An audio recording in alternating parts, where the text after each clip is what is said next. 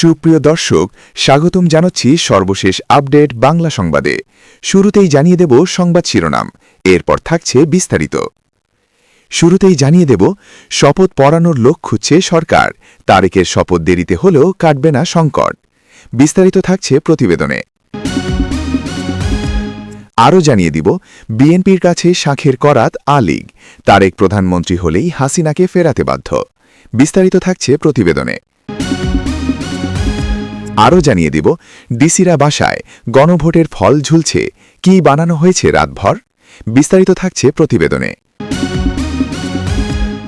আরও জানিয়ে দেব, প্রধানমন্ত্রী হিসেবে শপথ নেবেন তারেক জানিয়ে আমন্ত্রণ পিএম মোদিকে, থাকবে চীন পাকিস্তানও। বিস্তারিত থাকছে প্রতিবেদনে। আরও জানিয়ে দেব, ঢাকা ৮ আসনের ভোট পুনর্গণনার দাবি নাসিরুদ্দিন পাটোয়ারির। বিস্তারিত থাকছে প্রতিবেদনে।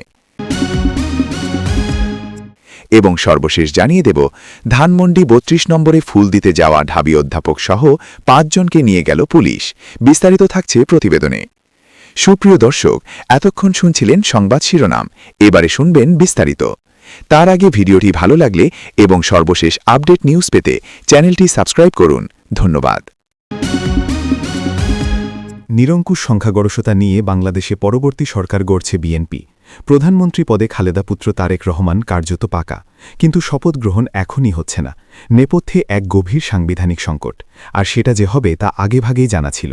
তবে বাংলাদেশের সংবিধানকেই কার্যত অস্বীকার করে মোহাম্মদ ইউনূসের অন্তর্বর্তীকালীন সরকার ১.৫ বছরের বেশি সময় ক্ষমতায় বসেছিল। সেই সংবিধানকেই পাল্টে ফেলতে এবার গণভোটের ব্যবস্থা হয়েছিল। সেই সংবিধানই এখন কাটা হয়ে বিচ্ছে তারেক রহমানের গলায়। তবে বাংলাদেশের প্রথম সারির সংবাদপত্র প্রথম আলো দাবি করছে, সংবিধানের ফাঁক গলে আগামী সোম অথবা মঙ্গলবার শপথ নিতে পারেন নবনির্বাচিত সাংসদ সদস্য ও নতুন মন্ত্রিসভা। তবে জটিলতা আরও অনেক বিষয় থেকেই যাবে, যা ভবিষ্যতের জন্য অন্য আইনি সংকট সৃষ্টি করতে পারে। মূল যে প্রশ্নে সংকট সৃষ্টি হয়েছে তা হল, কে করাবেন শপথ পাঠ। মূলত এই সাংবিধানিক প্রশ্নেই আটকে রয়েছে তারেক রহমানদের শপথ গ্রহণ। বাংলাদেশ সংসদের ৩০০টি আসনের মধ্যে ২৯৯টি আসনে বৃহস্পতিবার ভোট গ্রহণ হয়েছে। এর মধ্যে শুক্রবার ২৯৭টি আসনের ফলাফল বেসরকারিভাবে ঘোষণা করেছে বাংলাদেশের নির্বাচন কমিশন। ২টি আসন নিয়ে মামলা বিচারাধীন থাকায় সেখানে ফলাফল জানানো হয়নি। ফলে ২৯৭ জন নবনির্বাচিত সাংসদ শপথ নিতে চলেছেন, কিন্তু তাদের শপথ বাক্য কে পাঠ করাবেন? বাংলাদেশের সংবিধান অনুযায়ী এই কাজটি করান স্পিকার, কিন্তু গণ-অভ্যুত্থানের পর দ্বাদশ সংসদ আগেই ভেঙে দিয়েছেন বাংলাদেশের রাষ্ট্রপতি। এছাড়া স্পিকার শিরিন শারমিন চৌধুরী পদত্যাগ করার পর থেকে পলাতক, আবার ডেপুটি স্পিকার শামসুল হক টুকু জেলবন্দি। নিয়ম বলছে স্পিকার বা তার মনোনীত কেউ নতুন সাংসদ ও মন্ত্রিসভার সদস্যদের শপথ বাক্য পাঠ করান, কিন্তু দ্বাদশ সংসদের স্পিকার পদত্যাগ করার আগে কাউকে মনোনীত করে যাননি। ফলে সৃষ্টি হয়েছে সাংবিধানিক সংকট। যদিও বাংলাদেশ সংবিধানে একটি বিকল্প উপায়ও বলা আছে, তা হল স্পিকার বা তার মনোনীত কেউ উপস্থিত না থাকলে শপথ পাঠ করাতে পারেন দেশের প্রধান নির্বাচন কমিশনার। আপাতত এটাই হতে চলেছে, কিন্তু এর জন্য গ্যাজেট নোটিফিকেশন প্রকাশের পর থেকে ৭২ ঘণ্টা বা ৩ দিন অপেক্ষা করতে হবে। শুক্রবার রাতে সেই গ্যাজেট নোটিফিকেশন প্রকাশ করেছিল বাংলাদেশের নির্বাচন কমিশন। সেই অর্থে সোম বা মঙ্গলবার হতে পারে শপথ গ্রহণ। এই আবহে বাংলাদেশের প্রধান উপদেষ্টার প্রেস সচিব শফিকুল আলম জানিয়ে দিয়েছেন, শপথ গ্রহণ অনুষ্ঠান আগামী ১৭ ফেব্রুয়ারির মধ্যেই হয়ে যাবে, এরপর যাবে না। এই সংকট মোকাবিলায় বাংলাদেশের প্রধান নির্বাচন কমিশনার এম নাসিরুদ্দিন হয়তো শপথ বাক্য পাঠ করাবেন। কিন্তু আরও একটি বড় বিষয় রয়েছে, সেটা হলো গণভোটে হ্যাঁ জয়যুক্ত হওয়ায় সংবিধান সংস্কার পরিষদ বা গণপরিষদ গঠন করা নিয়ে প্রশ্ন উঠছে, গণপরিষদের সদস্য হিসেবে আলাদা করে শপথ বাক্য পাঠ করানো হবে কিনা। সেক্ষেত্রে পরবর্তীকালে আইনি জটিলতা আরও বাড়বে বলেই মনে করছেন সংশ্লিষ্ট মহল। অধ্যাপক আলী রিয়াজ আগেই জানিয়েছিলেন, নবনির্বাচিত সাংসদরা প্রথম ১৮০ দিন গণপরিষদের সদস্য হিসেবে জুলাই সনদে প্রস্তাবিত বিষয়গুলি নিয়ে আলোচনার মাধ্যমে সংবিধানের প্রয়োজনীয় সংস্কার করবেন। কিন্তু তাদের কে শপথ বাক্য পাঠ করাবেন? বাংলাদেশের আইনি কাঠামোয় এটা একটা গুরুতর সংকট নিয়ে আসতে পারে। ফলে তারেক রহমানের উপর এখন অনেক কিছুই নির্ভর করছে। এদিকে বিএনপির জন্য শাখের করাত আওয়ামী লীগ। আগামী দিনে আওয়ামী লীগ তাদের কাছে শাখের করাত হয়ে দেখা দিতে পারে বলে মনে করছে রাজনৈতিক মহলের একাংশ। তারেক রহমান বলেছে, তিনি আওয়ামী লীগের উপর থেকে নিষেধাজ্ঞা প্রত্যাহার করে নেবেন। এই বিষয়ে ডয়েজ ভ্যালির তরফ থেকে সজীব ওয়াজেদ জয়কে প্রশ্ন করা হলে তিনি বলেন, না, আমার এখানে এই বিষয়ে সিদ্ধান্ত নেই। আমি কোনোদিন সরাসরি রাজনীতি করতে চাইনি। ভবিষ্যতে কি হবে আমি তো বলতে পারবো না। ত্রয়োদশের রাজনীতিতে কে আসবে এটা দলের কর্মীদের নির্ধারণ করতে হবে। যারা আমাদের সাপোর্টার তাদেরই উদ্ধার করতে হবে। আমি তো তাদের বলে দিতে পারি না। আমি সারা জীবনই বিদেশে। আমি আমেরিকায় এখন ৩০ বছর ধরে আছি। এখানে আমি শান্তিতেই আছি। ভবিষ্যতে কি হবে সেটা ভবিষ্যতে দেখা যাবে। তবে বর্তমানে বাংলাদেশের ভবিষ্যৎ ভালো না। তারেক রহমান বলেন, রাজনীতিতে মানুষ যাকে গ্রহণ করবে তাকে কেউ ঠেকিয়ে রাখতে পারবে না, আর গ্রহণ করবে না তাকে শক্তি দিয়েও ধরে রাখা যাবে না। তার অবস্থান আওয়ামী লীগের জন্য ইতিবাচক। প্রত্যাশিতভাবেই নতুন সরকারের গতিবিধি ও পরবর্তী পদক্ষেপের দিকে দিল্লির যে নজর থাকবে তা নিয়ে কোনো সন্দেহ নেই। তবে ঢাকা-দিল্লি সম্পর্ক যাতে তিক্ত না হয় তার জন্য জিয়ার অন্ত্যেষ্টিতে বিদেশমন্ত্রী এস জয়শঙ্করকে ঢাকা পাঠিয়েছিল সাউথ ব্লক। অপরদিকে দিল্লিতে বাংলাদেশ হাইকমিশনে গিয়ে জিয়ার প্রতি শোক বার্তা লিখে আসেন প্রতিরক্ষামন্ত্রী রাজনাথ সিং। কূটনীতিকদের একাংশের মতে তখন থেকেই বাংলাদেশের সঙ্গে ভারতের সম্পর্ক স্বাভাবিক হওয়ার দিকে এগোতে শুরু করে। অপরদিকে দলের প্রবীণ নেতা সালাউদ্দিন আহমেদ জানিয়েছেন, ভারতসহ প্রতিবেশী সব দেশের সঙ্গে তারা বন্ধুত্বপূর্ণ সম্পর্ক চান, তবে সেই সম্পর্ক হবে ভারসাম্যের। ঢাকা ১৭ এবং বগুড়া ৬ এই দুটি কেন্দ্র থেকে এবারের জাতীয় সংসদ নির্বাচনে প্রতিদ্বন্দ্বিতা করেছিলেন তারেক রহমান। দুটি আসনেই তিনি জয়ী হয়েছেন। তবে ঢাকা ১৭ আসনে প্রতিদ্বন্দ্বী প্রার্থীর ভোটের ব্যবধান খুব কম। তারেক জানিয়েছেন, আওয়ামী লীগের ওপর থেকে তিনি নিষেধাজ্ঞা তুলে নেওয়ার পক্ষপাতী, তবে পুরোপুরিভাবে পুনর্বাসন দেওয়ার কথা বলেননি। মনে রাখা দরকার, কোনো আদালতে দোষী সাব্যস্ত হয়ে আওয়ামী লীগের কার্যক্রম স্থগিত করা হয়নি। আওয়ামী লীগের কার্যক্রম নিষিদ্ধ ঘোষণা করেছে তদারকি সরকার প্রধান। সন্ত্রাসবিরোধী আইনে দেওয়া হয়েছে এই স্থগিতাদেশ, দিয়েছে স্বরাষ্ট্রমন্ত্রক। বিএনপি ক্ষমতায় এলে সেটি পুনর্বিবেচনা করতে পারে। দলের অনেকে বলছেন, আওয়ামী লীগকে ফিরিয়ে আনলে জিয়াউর রহমানের ভুলের পুনরাবৃত্তি হবে। একই বক্তব্য তাদের সমমনোভাবাপন্ন দলগুলিরও। প্রাক্তন উপদেষ্টা আসিফ মাহমুদ তো বলেই দিয়েছেন, জিয়ার মতো একই ভুল করতে চাচ্ছেন তারেক রহমান। এখানে ভারত একটি বড় ফ্যাক্টর। ভারতের সঙ্গে সম্পর্কের উন্নয়ন করতে গেলে আওয়ামী লীগকে লাগবে। ভারত চায় তারেক রহমান আওয়ামী লীগকে জাতীয় রাজনীতি ফিরিয়ে আনার দায়িত্ব গ্রহণ করুক। দলের নেত্রীকে সসম্মানে বাংলাদেশে ফিরিয়ে আনা তার প্রধান দায়িত্ব এবং কর্তব্য হবে। কারণ হাসিনা ও আওয়ামী লীগ ছিল ভারতের সবথেকে বেশি নির্ভরযোগ্য মিত্র। ২০২৪-এর গণ অভ্যুত্থানের পর ভারতের সঙ্গে সম্পর্ক তলানিতে চলে গিয়েছে। এর প্রভাব পড়েছে দ্বিপাক্ষিক সম্পর্কে। দিল্লি যখন নিশ্চিত হয়ে গেল যে ত্রয়োদশ জাতীয় সংসদ নির্বাচনে আওয়ামী লীগের প্রতিদ্বন্দ্বিতার কোনো সুযোগ নেই, তখন তারা গোপনে আওয়ামী লীগের কর্মী সমর্থকদের বার্তা দেন বিএনপি প্রার্থীদের পক্ষে ভোট দেওয়ার। কাজেই ভারত এখন এর প্রতিদান পেতে চাইবে।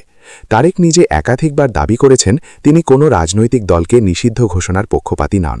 তবে কে দোষ করে থাকলে আইন মেনেই তার শাস্তি নিশ্চিত করা হবে, তার সরকারের প্রধান দায়িত্ব এবং কর্তব্য। হাসিনার আমলে বিএনপিকে নিষ্ক্রিয় করে রাখা হয়েছিল বহু দীর্ঘদিন। তারেক কি সেই পথে হাঁটবেন? সারাদিন ভোট হল, রাত পর্যন্ত গণনা চলল। সংসদের ফলাফল এসে গেছে, কিন্তু গণভোটের ফলাফল? ডিসিরা বাসায় চলে গেছেন। নারায়ণগঞ্জ, গাজীপুর, নেত্রকোনার ডিসি সংসদের ফলাফল দিয়েছেন, গণভোটের দেননি। নির্বাচন কমিশন খোঁজ নিয়ে জানিল ডিসি সাহেবরা ঘুমাতে গেছেন, বলে গিয়েছিলেন শুক্রবার দেবেন। মানে কি, সংসদের ফলাফল রাতেই দিতে পারলেন, গণভোটের পারলেন না? নাকি গণভোটের ফলাফল তখনও তৈরি হয়নি? 4টা আসনে না জিতে গেছে বান্দরবান, চট্টগ্রাম 13, রাঙামাটি, খাগড়াছড়ি। পাহাড়ের মানুষ না বলেছে। বাকি দেশে কি হয়েছে সেটা ডিসিরা শুক্রবার জানিয়েছেন। হয়তো ঘুম থেকে উঠে প্রথমে চা খেয়েছেন, তারপর ভেবেছেন কি ফলাফল দেওয়া যায়। ইসিকে জিজ্ঞেস করলে বলেছেন এটা ডিসির মর্জি। ডিসিকে জিজ্ঞেস করলে বলছেন আমি ঘুমাচ্ছিলাম। গণভোট নাকি নির্বাচনের সাথে একসাথে হয়েছে, একসাথে ভোট, একসাথে গণনা, কিন্তু ফলাফল একটা রাতে আর একটা শুক্রবার সকালে। কেন? কারণ গণভোটের ফলাফল আগে থেকে রেডি ছিল না, সংসদের ছিল, তাই রাতেই বের হয়ে গেছে।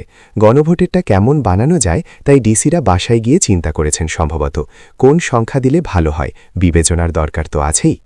এই হলো ইউনূসের গণভোট, যেখানে ভোটাররা ভোট দেক আর না দেক, আর ফলাফল বানানো হয়েছে ডিসির বাসাতে বসেই। নতুন সূচনার সাক্ষী বাংলাদেশ। দীর্ঘ 1.5 বছর পর বাংলাদেশের জনগণ পাচ্ছে নির্বাচিত সরকার।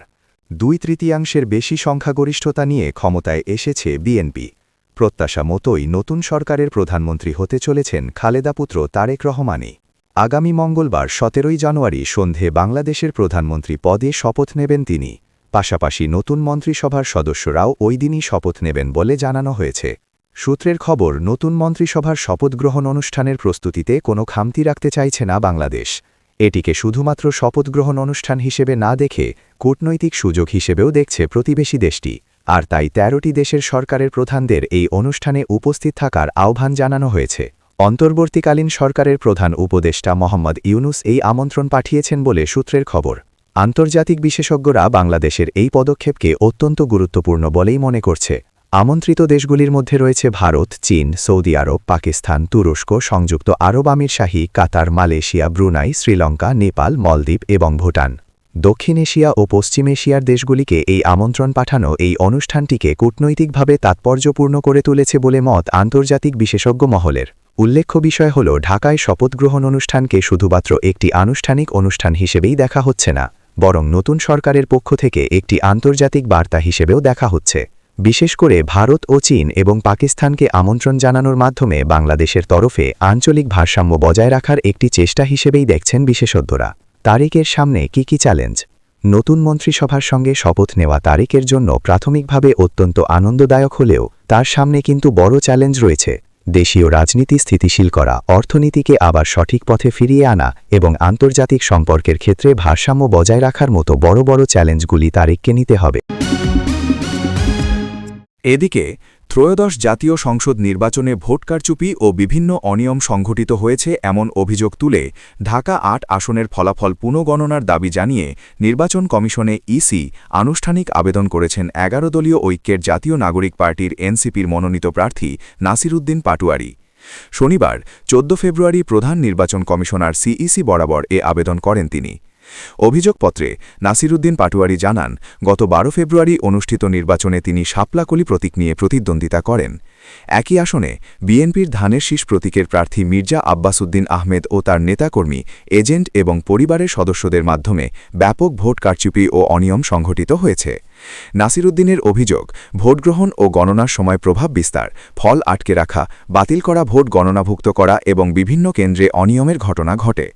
তিনি দাবি করেন, সংশ্লিষ্ট কেন্দ্রের প্রিজাইডিং অফিসার ও রিটার্নিং অফিসারও এসব অনিয়মে জড়িয়ে পড়েন এবং প্রকৃত ফল উপেক্ষা করে শীষের ভারপ্রাপ্ত বিজয়ী ঘোষণা করা হয়। তিনি উল্লেখ করেন, ১৯৭২ সালের গণপ্রতিনিধিত্ব আদেশ এবং ২০০৮ সালের নির্বাচন পরিচালনা বিধিমালা সহ প্রযোজ্য নির্বাচন আইন লঙ্ঘন করে ফল ঘোষণা করা হয়েছে।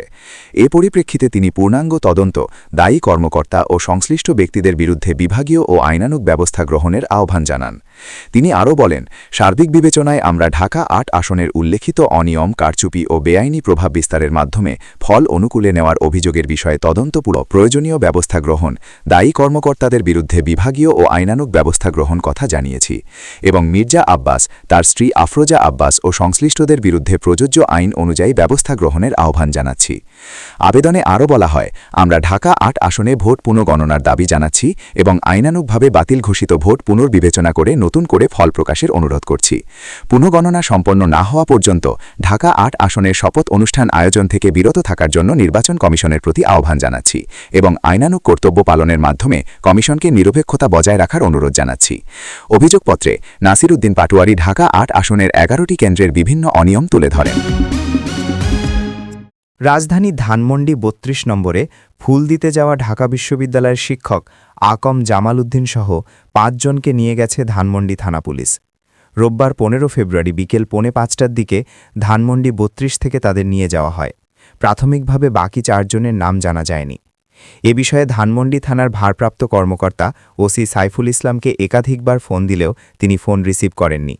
রমনা বিভাগে ধানমন্ডি জোনের সহকারী police commissioner AC Shah Mostafa Tarikuzzaman বলেন, সেখানে কিছু লোকজন তাদের ঘিরে ধরে। পরে আমরা তাদের থানায় নিয়ে আসি। কিছুক্ষণ পর তাদের ছেড়ে দেওয়া হয়েছে।